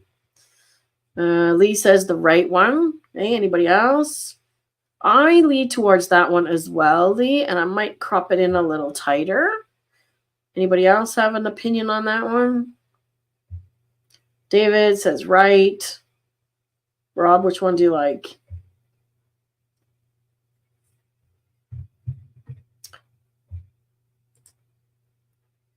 Thank you so much, Aparva. I'm glad you enjoyed this. Where are you joining us from? I've not seen your name before. Jerry says I like both, but would stick with the original. I don't know which is the original, Jerry. That's a thing. I think the left is the original one. I think. Take care, Brandon. We'll see you again. Okay, so it looks like I've got a mixture on this one, left and right. So again, there is no right or wrong, right? Just which one feels the best. Let's go in here to develop, and let's just see if I do reset. Yeah, I think it was this way. Okay, but I would kind of be tending to almost crop some of this foreground as well. I feel like it's super far away, and now there's this light area over here. So that's what I mean by light areas that are captured on near the edges. So I might do something like that, right? To me, I feel like this one brings your eye to the waterfall and around, right? Let's try the same sort of cropping. I can copy the cropping. Let's just see if this works. Okay, so there's cropped. I like both. Yeah, you guys are right. Take care, Barty. Thanks for joining in. Okay. Oh, did I miss people? I missed people. I want to talk about people a little bit. I showed one where we came into her leg, okay? But I want to talk specifically about a couple of things. Limbs, okay? So cropping into limbs. So this one, I actually cut her foot off on purpose just to show you what not to do, okay? So when you cut into just the tips of limbs, like toes or fingers, it feels very uncomfortable. It feels very awkward, and they look amputated, okay? So don't amputate the poor girl. Let's make sure that she has feet. Okay. And you can see that, let me just do a full reset on this one. Okay. You can see that this one, I've corrected the tilt. Okay. So if we do the full thing, so correct the tilt, right? And I'll come in a little bit. And what I did was I came in to the edge of that brick there because I wanted to get rid of that window. Okay, so that white window. And do I need to tilt a little bit more? See, I could probably go in and do some corrections. I'll make sure I get her foot, okay? But I just want to get rid of that white wall over there. There we go. And then I would do a little darkening vignette, right? But keep the feet and the toes. Here's another example, okay? So the original image in this case is actually vertical, right? So I shot this one purposely. Why have I got so much space on this side? Interesting. I shot this one purposely vertical, okay, with lots of space. I wanted it that way, right? So how would I crop this one? Well, let's make sure it's straight. I shot it with a tripod, so it looks like I did it straight. And honestly, I would probably just come in a little bit and come into like the bottom of her knees, okay? Something like that. And I think I previously cropped this one into various different versions, right? I've got a square version as well, right? So I cropped this one square. So I give myself options here on this one. But what you don't want to do is to cut into the fingers, right? So when you crop like this, it's awkward, right? Again, fingers missing. Is it okay to crop into the head though? Right? There's a question. Tell me, because I've got some examples here. Tell me on the screen, on the chat, or if you're watching on the replay, tell me, is it okay to crop off people's heads? Okay. So this is the original image of this one that was submitted by AJ. And I did crop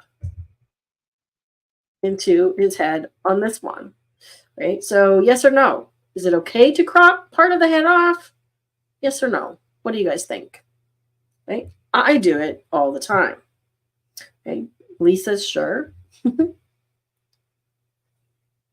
Barb says the right. I'm not sure what that means. The right way. Okay. Right. So cropping on heads is perfectly acceptable. Right. Let me show you an example of how though. Okay. So if I look at this original image, right, this is how I photographed it. Okay. So I've come just to the top of her head. Right. When you're doing a headshot, you want to make sure that you either have space above or you crop in noticeably. Okay. So this one here, it feels tight. So I would take it a little bit farther. Okay. Thomas says less of a head crop, more of the helmet. I can look at that one again. Right. So let's take a look at different crops on this one. Okay. So I came in a little tighter. Okay. I believe that's the same image. Yeah. Okay. So all I did was came in a little bit tighter. Maybe I moved her too far off to the side. Okay. So is that acceptable? This is the amount of head crop that I would do, right? I like her off-centered a little bit. I like coming into the top a little bit.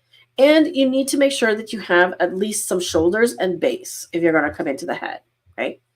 Because if we come in too far and I do something like this, right? She's like literally a head sitting on the table, right? It feels awkward as well. So just like coming into fingers and toes and appendages, you want to have shoulders with the neck. Think about like a bust at an art gallery, like a sculpted bust, right? They don't just have a head with a chin. They have a neck and they have shoulders, right?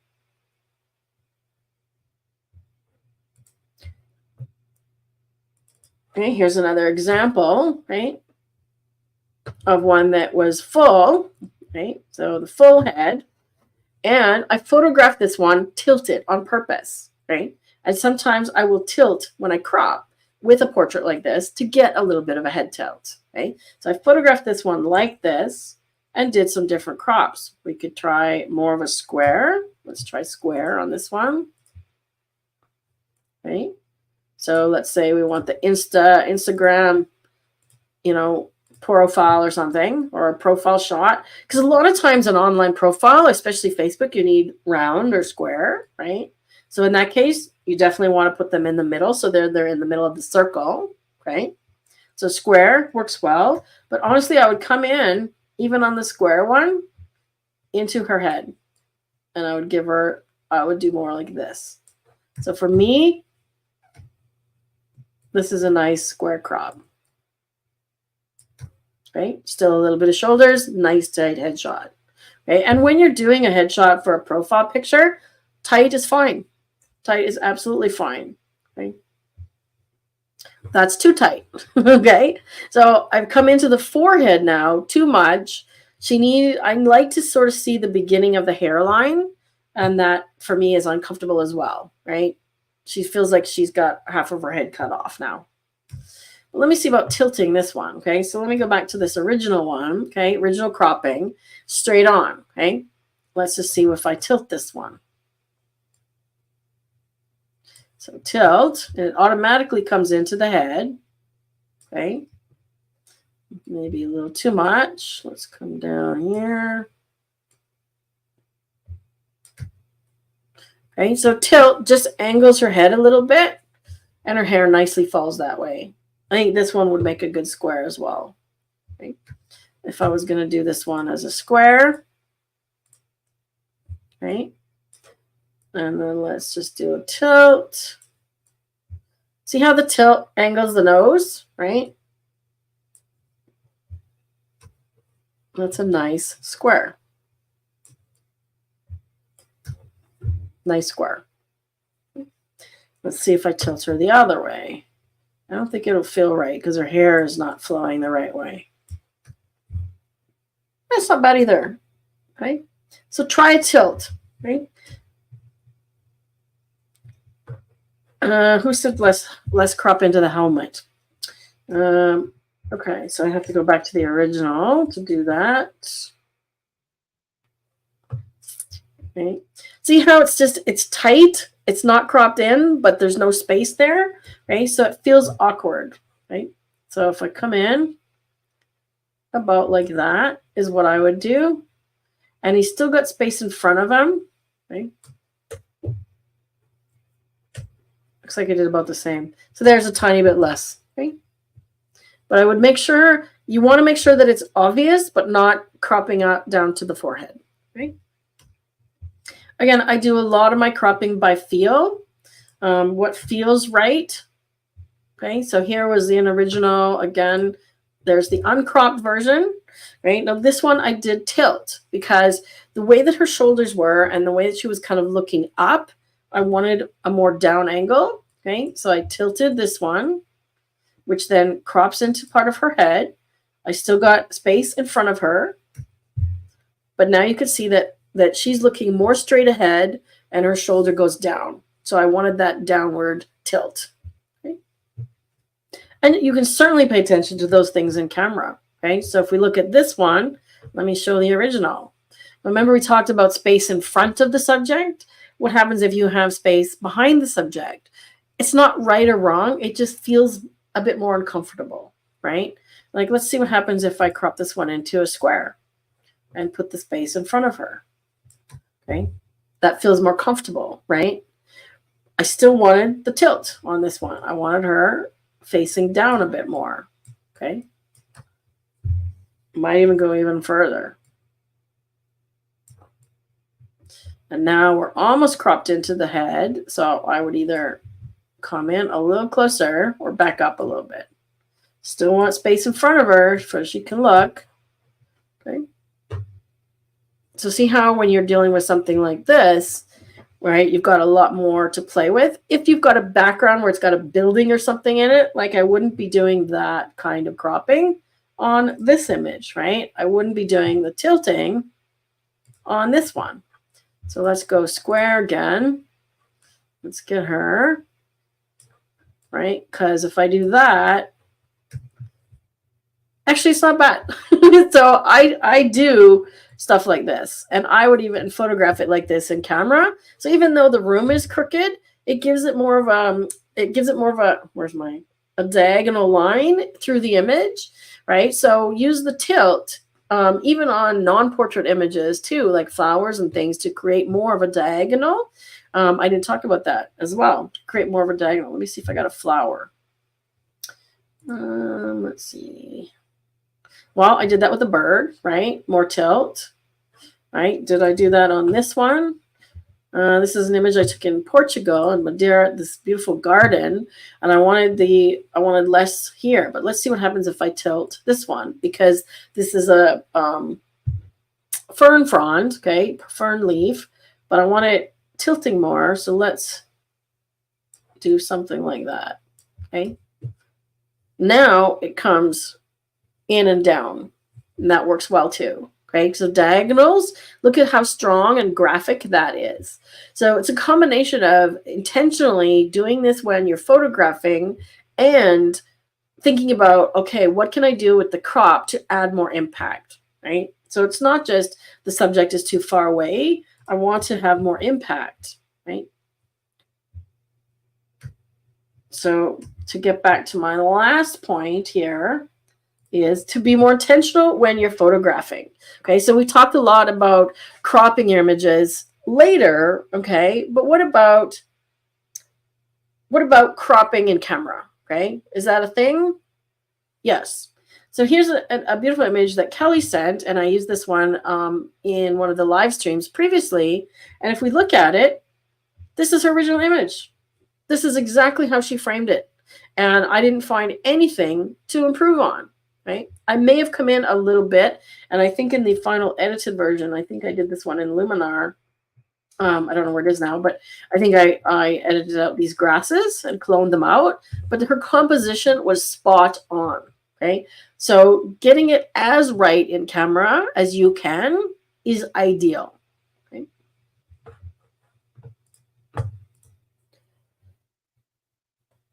It's always here, Bob. Thanks so much for joining. And anytime you join in the live stream here, it's always on YouTube immediately after we're done. So after I finish these next couple, we're going to be signing off, and the whole video will be here. So yes, always here for you to watch later. And if you can't join live, it's always here for you immediately after we're done. And as Rob says, please share the video to your social media channels. Share. We love when you share our videos. Share them on your Facebook. Share them with your Twitter friends. Share them by email. Whatever you do to get it out to other photographers that you know, camera clubs that you think will benefit from watching some of our videos and joining in. This is the only time your images are on YouTube. I've done a few of yours before, Dale. So yeah, your images are famous. Okay.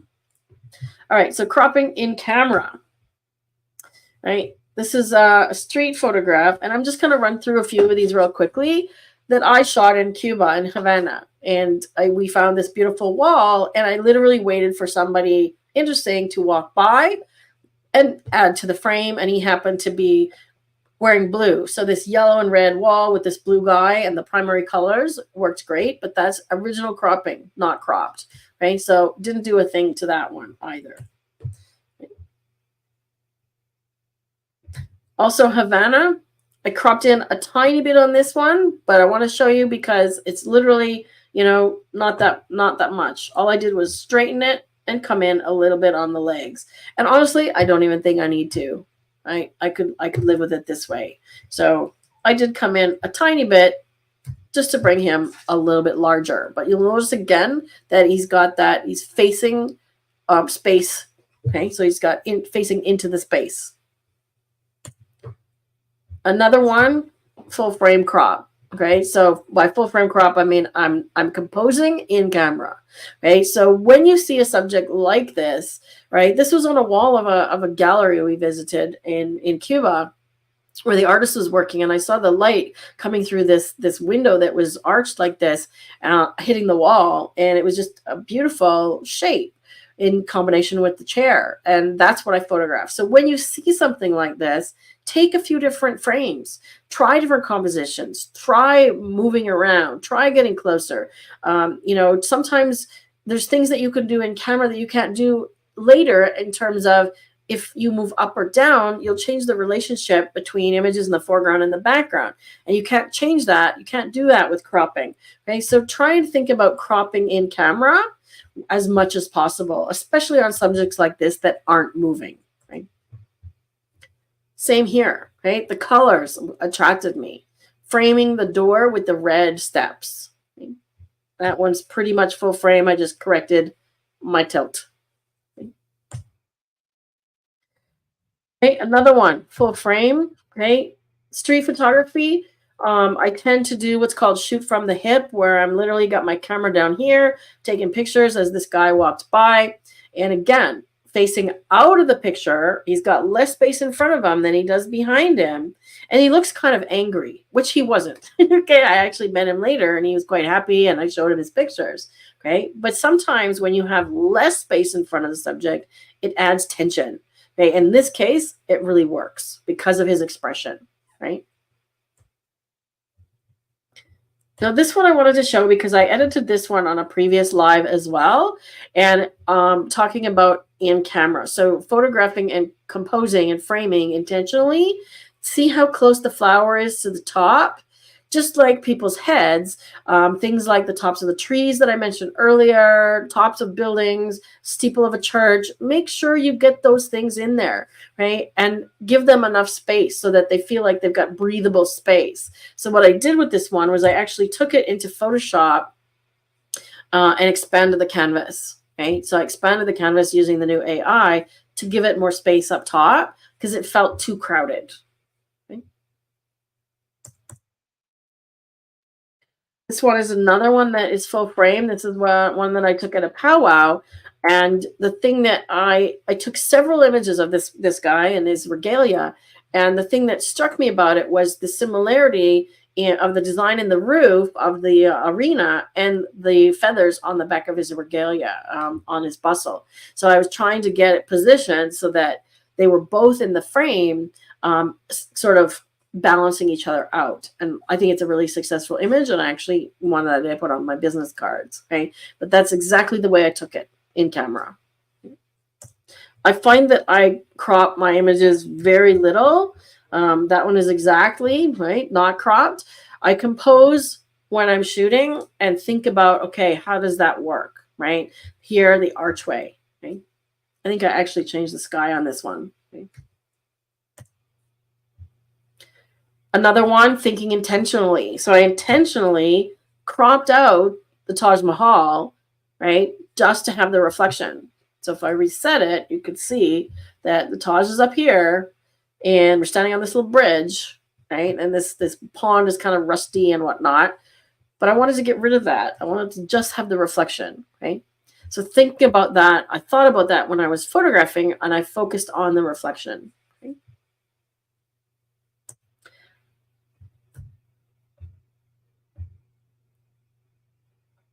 I'm going to run through these a little faster. Okay, so same thing here, just correcting my tilt. Again, the Taj. Give her a chance to go to India. It's a fabulous place to go. Right, this one is my full frame image as well. Okay, so push car, bucket list item for me. Went to go to the camel fair. Take care, Jerry. Went to the camel fair, push car camel fair, and this is full image. Okay, so I got super close to them. Let's see, what lens am I using here? 23 mil lens. And I think this is probably my X100F, my little Fuji. So I'm super close to them. They're literally drinking coffee. That's their coffee in there. And I specifically framed to get the camels and them, right? I want to come back to this one because I want to show you, different frames that I took. But I'm low down to the ground to get the camels up above them and to make sure that I didn't crop off the top of the hill or the hump of the camel. Because notice how they kind of mirror each other, right? The hump of the camel and the hill. Okay, that's not by accident. I did that. Okay. All right. Now this guy I want to show you because, again, cropping in camera, but also what can you do later? So this was a fellow that we found at Pushkar. He was just sitting at one of these little shops that pop up around the fair. And this is the background. And I know Rob has seen this image for a long time. And when he when he first saw this image of it, he was surprised because he thought, you know, that I'd set this up and done a fancy portrait and so on, right? So I came closer. So first image, that's what I took, right? And he was smoking, and we kept asking him to smoke so we could get these pictures of him smoking. So I came in closer, and I got that, but it still wasn't close enough. So then I came in even closer, right? So this is literally the final crop. And if I go back on this to show you the original, I'm going to go to my folder, my library. You could see that I pretty much did crop in once my images load, right? So here you can see the progression, right? So started off shooting fairly wide. I got closer, he's smoking, right? Then that's how close I got. I literally didn't want anything else in the background, just his face. So I got that close, right? So let me see the original, right? There's the original raw file. And you could see all I did was tilt it a little bit. Very, very little cropping. Okay.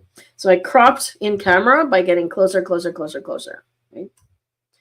I want to find these guys with the camels here. Let me find the camels.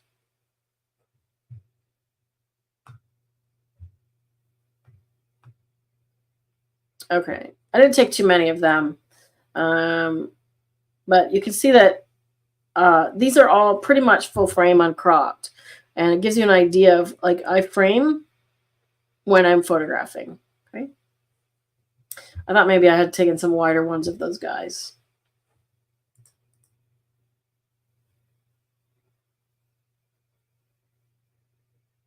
Trying to get back to my collection. Okay. We already talked about the Italy one and some like this. Okay. So this one here, I'm going to uncrop. Back to Venice. Right. And these characters that spend thousands of dollars on these costumes to go to Venice, they place themselves in positions where their costumes go with the scenery. So she put herself there, and I photographed this. It was a little crooked, right, as you could see. And I fixed it and created that, right? So thinking about composition, I wanted to get that pink building behind her and a little bit of the green so that it was balanced on either side. So a little bit of green on the left, a little bit of green on the right, right? So where I stood with my feet, where I stood with my feet made a big difference, because if I had stood facing the building straight, it would be more flat, more boring. Okay, so this one straight onto the building because I wanted that window to balance her, versus this one photographing from the side. So camera angle, you can't change later with cropping. So think about that when you're photographing, okay? I'm going to leave you with the last couple here with full frame cropping. Again, this is not cropped later, full image, okay? And I created it and positioned it diagonally, so exactly the way I wanted it. Okay? Same thing here. This is an infrared from Portugal, no cropping. Okay, so I'm down low over top of the rocks where the horizon is, using a tripod so everything is straight. Okay, so what I want to leave you with here, was there anything else? I want to answer any more questions. Let me see if there's any other questions in this chat here. We talked about standard print sizes, talked about the crop tool, image quality, 8x10. Gary had a question. If you open a JPEG as a TIFF, edit the image, then save it back as a JPEG, and the file is larger, is the image resolution improved in any way? No, it's not. Okay, so if you start with a JPEG and open it as a TIFF, which doesn't make any sense, you can't expand a JPEG in terms of file size. The only reason it's bigger is that a TIFF is 16-bit, so the file size is bigger, but there's no more information, right? So that's kind of misleading, and it's not scaling up in terms of actual pixels. So when we're talking about pixels, right, you're actually cutting pieces of the image off. Right? We talked about birds. Somebody asked about with birds and small animals, if you can't get closer, is cropping a good way to do it? Yes, for sure. We talked about this one. So David, if David's still here, I even showed this one. When cropping for better composition, do you consider using generative fill to extend an image? So I showed that, right? So yes, you can use generative fill to extend your image. Absolutely. And Photoshop has that already now. It's not in beta anymore. And Luminar has it coming. So it's coming soon. So that was your question, David. I'm just going through. We had 140 some people fill these surveys in. Karen asked about cropping on an iPhone. Let me just paste this one in here. When you're cropping on an iPhone 11, 2 times is about as good as they recommend with the zoom. So I try and enlarge it after the fact, and it reveals a blurry image. Besides switching to a real camera, any ideas? You could definitely try the upscale in Luminar if you have that. But other than that, unfortunately, no. The camera phones have much smaller sensors. And even though it'll tell you it's like 40 megapixels or what have you, it's still, the sensor itself is teeny tiny. Rob, could you please share a link to our article about full frame versus crop sensor? And it talks about sensor size in there in relation to image quality. So if you take a full frame image, a full frame camera, and crop out about 50% of your image, now you're down to like a crop camera, crop sensor camera, or APS-C. If you take one of those and crop it another 30%, now you're down to like a Panasonic, like a 2 times crop. If you take that and you crop it another 50%, now you're down to like a point and shoot. So the more you sort of crop in, that's how big your smaller camera files actually are. Right?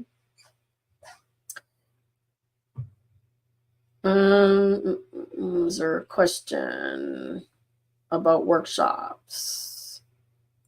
I do actually have in-person classes in Edmonton, Alberta, because I am teaching at the Lions Center. So I have a beginner class coming up at the Central Lions Center in November. So I'm going to share that for you, Apurva.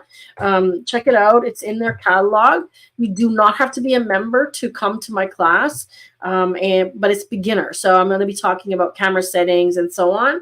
Otherwise, we have online classes, and also, as Rob mentioned, we used to have Alberta workshops. We're working on an Alberta workshop again for night photography and photography and wine. We just got back from the Okanagan. So stick around. Make sure you're on our email list. And I think Rob posted a link to our website for that, because as long as you are on our email list, you'll get notice of any of those local workshops.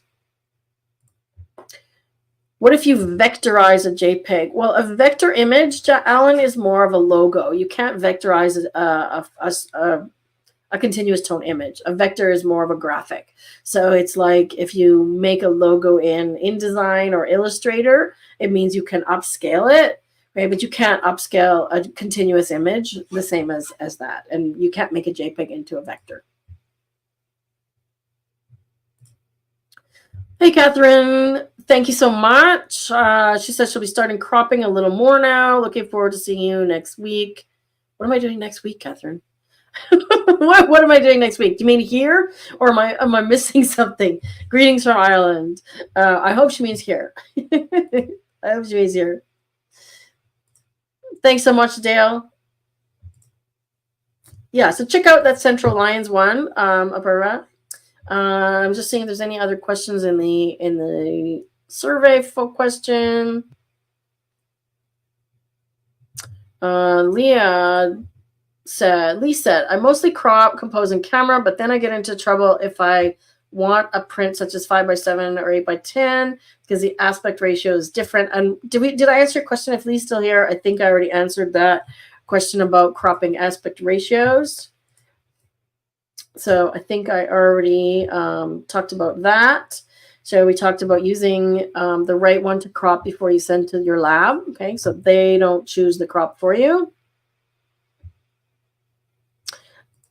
Nicholas had a great question about cropping for things like print sizes and for composition like 2x3. So this was Nicholas's question. Do I need to leave a margin around the edge when viewing a composition in the viewfinder of a standard camera that shoots a 2x3 aspect ratio to print an 8x10?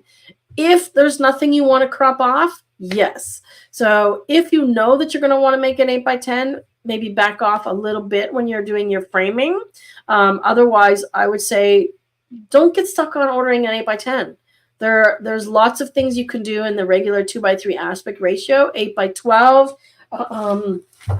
You can also do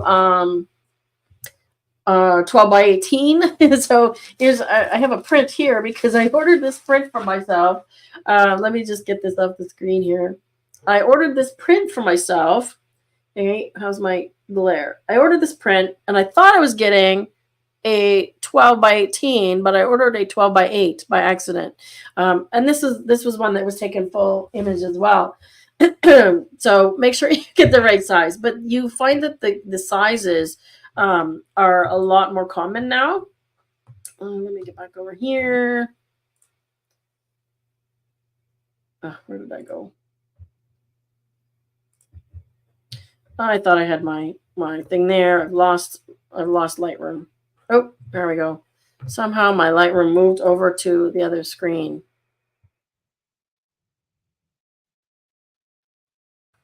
There we go. Lightroom decided to move to my other monitor for some reason. So cropping and printing in camera or cropping in camera, I wouldn't worry too much about. Try to get off that idea of you have to have standard print sizes.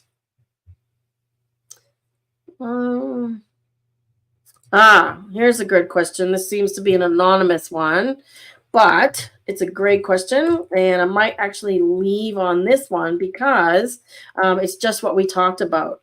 And it is, how can I make a better photograph so I don't have to crop? We talked about that. Number one thing you can do is get closer to your subject. Number one thing. I think we have an article on the website, Rob, as to how to take more interesting photos. And one of the things that I actually said is to become a more interesting person and become more well-rounded in terms of the things that you photograph and also experience in your life.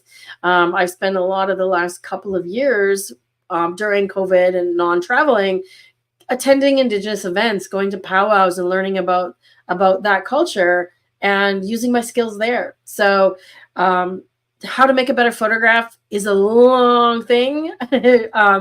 Potentially, maybe we can do another topic on that as a webinar, but think about number one, get closer, right? And if you haven't already got my ebook, 10 ways to 10 challenges, 10 photography challenges, that might be a great place to start, right? Maybe share a link to that one, Rob, or even just to our freebies page. Let me call it up on our website here, because we've got a page on our website that I had Rob make of all kinds of freebies that you can just go and download right here. So if you go to the home page and you scroll down a little bit, you'll get to the freebies page. So I'm just going to put that in the chat. Oh, Rob already did. And there's all kinds of great things there. Checklists, keyboard shortcuts, ebooks, stuff that you can download there if you haven't already got them. So I think that's a great place to stop. And next week, I'm going to come up with a topic. We had some ideas. I'd love to get your ideas real quickly. Maybe we can do, how about we do shadows, Rob? Let's do shadows. Shadows or pets. We did animals. We could do pets. Does anybody have pets or spooky? What do you guys think about for in terms of a topic? We could do choices are pets, spooky, or shadows. Do a vote in the chat right now, just kind of informally. Oh, Rob likes spooky. Yeah, pet, spooky, or shadows. Thanks so much, Thomas. Look forward to seeing you next week. Glad you joined us. Marguerite, good to see you. Again, I say see you, but you guys can see me. I can't see you. Ooh, we're liking shadows. Okay. Nancy and Alan like shadows. Shadows.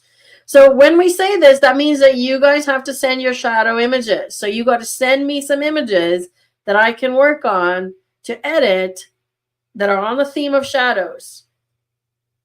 All right. Seems to be the consensus. So far, we got 4 votes and 4 shadows. More mushrooms. More mushrooms.